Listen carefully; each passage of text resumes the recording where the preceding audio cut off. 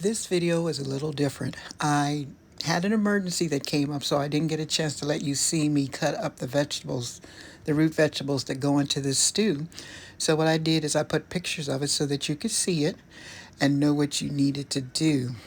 And you use like only 2 ears of the sweet corn, and then you're going to use a ripe and a green plantain. And then this here is a white sweet potato. You can find it in the market under Japanese sweet potato. And these are diced tomatoes, as well as minced garlic. And then the meat you're going to use is beef shanks, which are the best for doing any type of soup like this. I use chicken thighs because they stay moist better than any other part.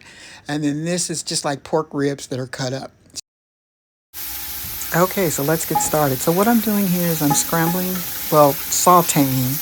my vegetables like my garlic, my onions, my bell peppers. And I just want to stir them around until they get real translucent.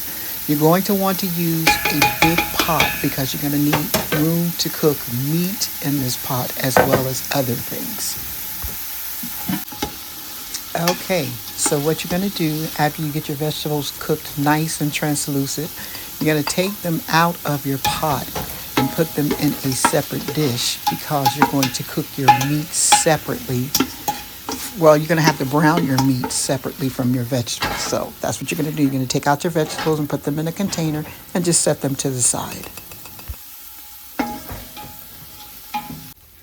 Okay, now that I've got all my vegetables out, what I'm going to do here is I'm going to add a little olive oil to, make the pan hot again.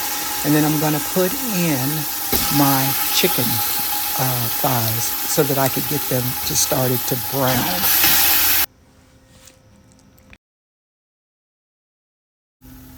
Okay, so my chicken thighs are browned and I've taken them out. And then what I'm going to put in next are my beef shanks. And what I'm going to do is just put them in the hot oil and stir them around until they're good and brown. They don't have to be done because remember, you have to cook them. You just want to get them seared off.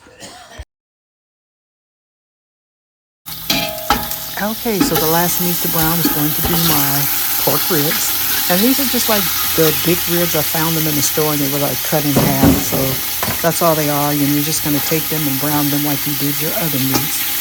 And let them get a nice sear on them. And then what we're going to do after we finish searing the ribs, we're going to put all of the meat back into the pot and give it a stir.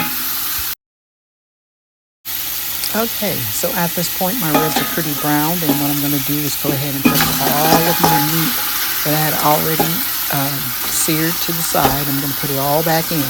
As I said, it doesn't have to be done because it's going to cook in the stew.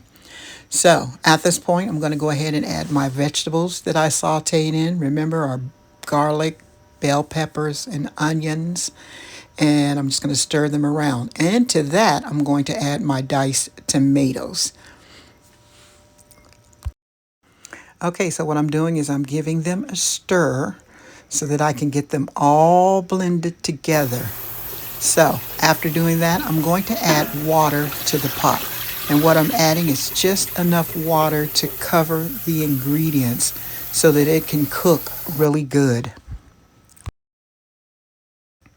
I just wanted to make mention that in this last pot of water, I did mix in some beef stock and some chicken stock just to give it more flavor.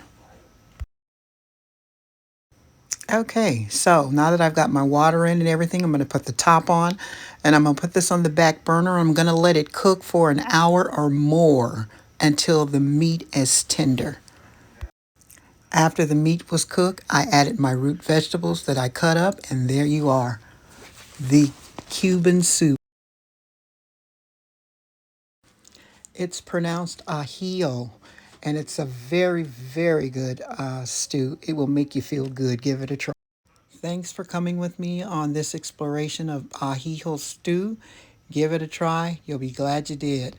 Like, share, and subscribe, and stay tuned for more videos.